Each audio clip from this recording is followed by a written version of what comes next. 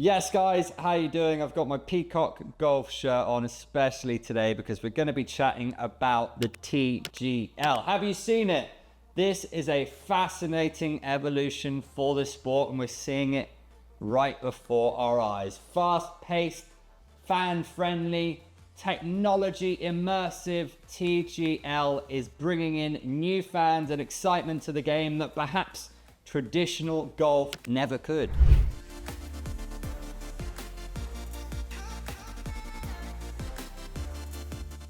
With cutting-edge technology and shorter matches, TGL is providing a very different, very vibrant experience. So today, join us on this deep dive as we're going to be dissecting what the TGL is bringing to the table, why it's so fresh, and why it's resonating with young fans in a way that perhaps traditional golf never could. So do join us, like, subscribe, and share. And of course, do comment and let us know your thoughts. Golf, as we know it, has always been steeped in tradition. It's about rolling fairways, pristine greens, and that hush of anticipation as a player lines up their putt. From Augusta National to St Andrews, golf is a game that's always celebrated precision, grace, and strategy. It's a game of patience where every swing tells a story and every decision can define a career. For decades, traditional golf courses have attracted fans who appreciate slow build-up, strategic play, and the mental toughness required. The 4-day format of tournaments like the Masters or the US Open provide an immersive, almost meditative experience. Golf's legends like Jack Nicklaus, Arnold Palmer, Tiger Woods, these guys carved out their legacies on these iconic courses. For many, traditional golf is not just a sport, it's a sacred ritual. But here's the thing, the world is changing. Attention spans, sadly, are shortening. Audiences crave something more dynamic, so enter the TGL, a spectacle here for the modern age.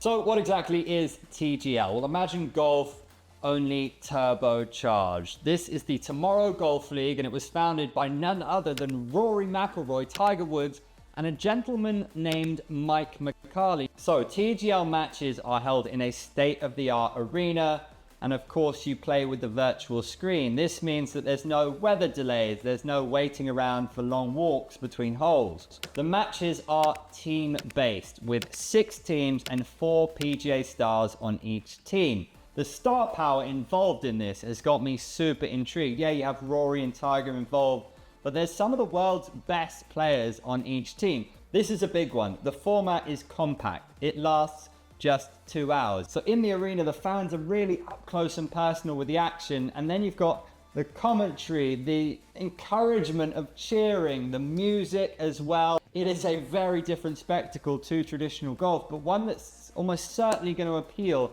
to different audiences that wouldn't have otherwise enjoyed the sport, or maybe wouldn't have otherwise even bothered.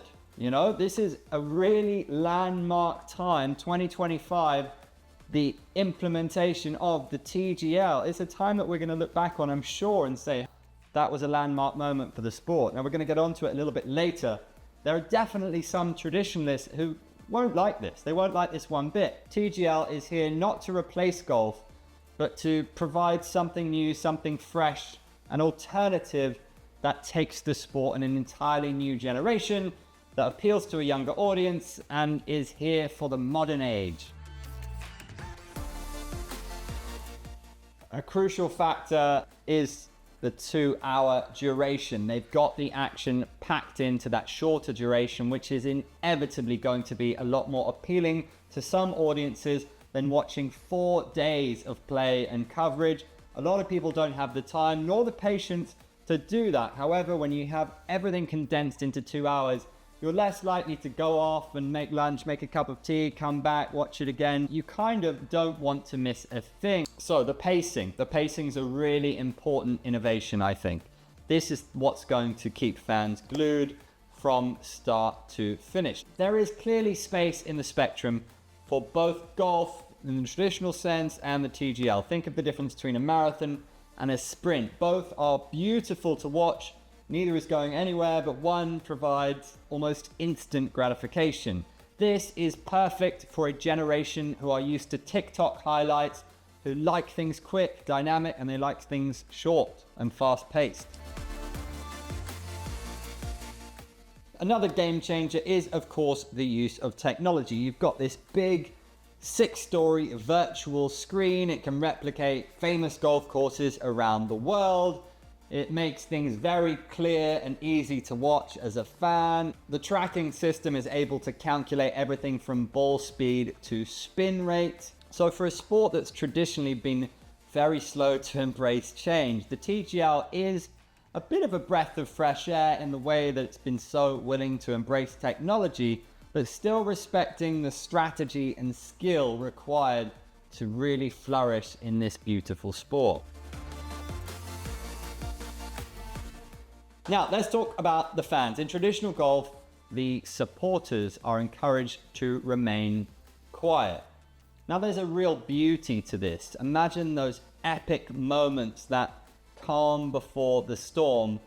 That is one of the moments that really makes golf what it is, and you don't ever want to take that away. Fans no longer feel like spectators, they feel like they're part of the action. They're cheering as players go head to head in a showdown. There's an electric atmosphere with the music and the live commentary. They've got a fantastic vantage point of the action. They're right there. Social media plays a massive role as well. These game formats, these head-to-head team showdowns are just dreamlike for social media. For audiences who are used to TikTok-style highlight reels, this is speaking to them in a major way. It does feel like a very streaming-friendly kind of sport, moving away from traditional linear television. It is ripe to be mined for digital content, and the audience are loving it.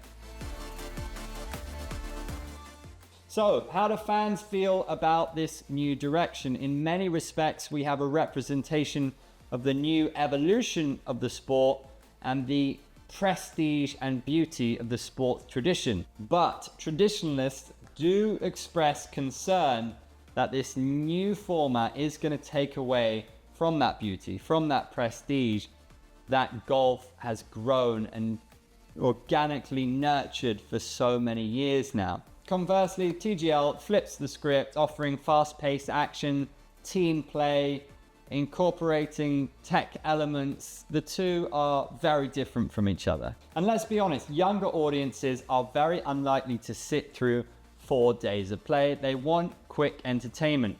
Even some PGA Tour veterans have said this initiative has massive potential to attract those new young viewers to the sport and help them fall in love with and discover the game. So the debate isn't really about how this new format will eclipse the other. It's about how the two complement each other, how one can bring golf into 2025, into a new era and attract new fans, and how the other can maintain the beauty and the romance of a sport that is decades and decades old, but is still beloved by so many different players around the world. I think the key here is that traditional golf preserves the beauty and legacy of the sport, while TGL brings modern accessibility and energy, broadening the sport's reach without losing its soul. TGL has only just begun, but it's likely to introduce even more innovations. From gamified match formats to virtual spectator experiences, TGL could transform golf into a hybrid physical-digital sport. Meanwhile, traditional golf acts as a timeless anchor for the sport. Events like the US Open and the Ryder Cup are adapting to modern demands and integrating technology for better fan engagement while maintaining their traditions that give them such allure. Where TGL celebrates spectacle and immediacy, traditional golf embraces history, strategy, and endurance. For fans, it's an exhilarating era. This isn't a divergence, it's a convergence of old and new, making it a beautiful time to fall in love with the game. So don't forget, golf, more than just a sport, it connects generations. This, in 2025, is very much the modern era, but we would love to hear your thoughts. Is the TGL bringing something cool, something special, or do you foresee problems and issues? Do comment below, like, share, and subscribe. Do the romantics, the traditionalists have cause for concern, or is there a big enough space to play in? Will the TGL bring in new fans and help them fall in love with the sport? We'd love to hear from you. In the meantime, this has been Andrew Whitelaw for Essentially Sports. It's been a pleasure.